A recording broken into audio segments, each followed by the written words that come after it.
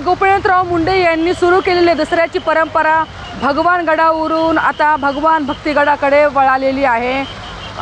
हयात असताना गोपीनाथराव मुंडे यांनी भगवान गडावरती ज्या ठिकाणी भगवान बाबांचं जे कार्यस्थळ आहे त्या ठिकाणी ते दसराचा मेळावा घ्यायचे, त्या ठिकाणी संबोधन करायचे आणि संबंध बीडवासियांसह महाराष्ट्र तमाम लोकांना त्या ठिकाणून ते संबोधन करायचे।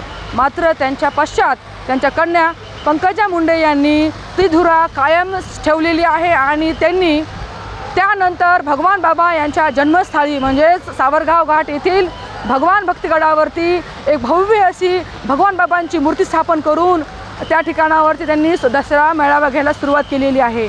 आणि या ठिकाणाहून संबंध महाराष्ट्रातील जनतेला पंकजा मुंडे या संबोधन करत असतात। मात्र मधल्या काळामध्ये जातीपातीचे राजकारण खूप प्रमाणात वाढल्याचं बोललं जात होतं आणि देखील त्या अनुषंगाने आपण तशा प्रकारच्या घटना देखील पाहिलेल्या आहेत। लोकसभेच्या निवडणुकीपासून वातावरण बदललेलं होतं।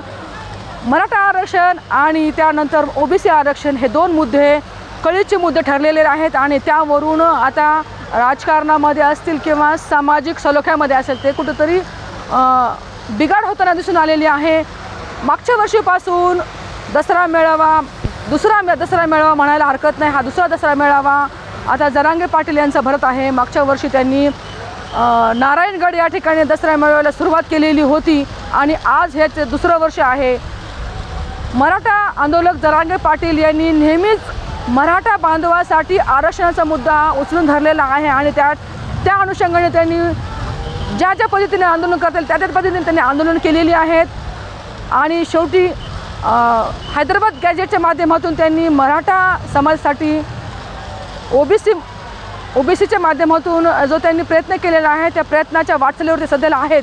मात्र या सर्व प्रकरणामध्ये समाज कुठेतरी भरकटत चालला आहे का आणि मराठा वर्सेस ओबीसी असा वाद होतोय का, हाही एक या निमित्तानं वारंवार उठत राहणारा हा प्रश्न आहे।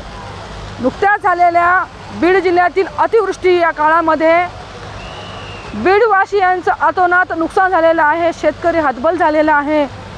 शेतकरी आसमानी संकटापासून अतिशय दोन हात करत आहे आणि या सर्व परिस्थितीमध्ये सरकारकडे त्यांनी अपेक्षा धरलेली आहे। मात्र याच परिस्थितीमध्ये आता दसरा देखील आलेला आहे आणि दसऱ्याच्या अनुषंगाने जशी तयारी लागते तशी तयारी पाहायला मिळत नाही, कारण की आर्थिक संकट जे आहे ते खूप मोठं कोसळलेलं आहे बीडवासियांच्यावरती आणि या परिस्थितीमध्ये देखील नागरिक उत्साहामध्ये दसऱ्याच्या नियोजनाच्या ठिकाणी येताना दिसून येत आहेत।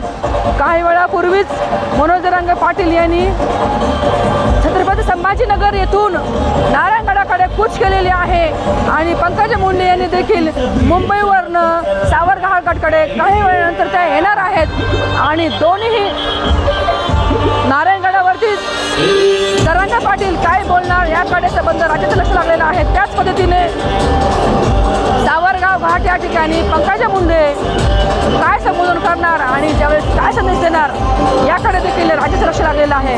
कॅमेरा पर्सन संजीव रायसह सुकेश नाईक।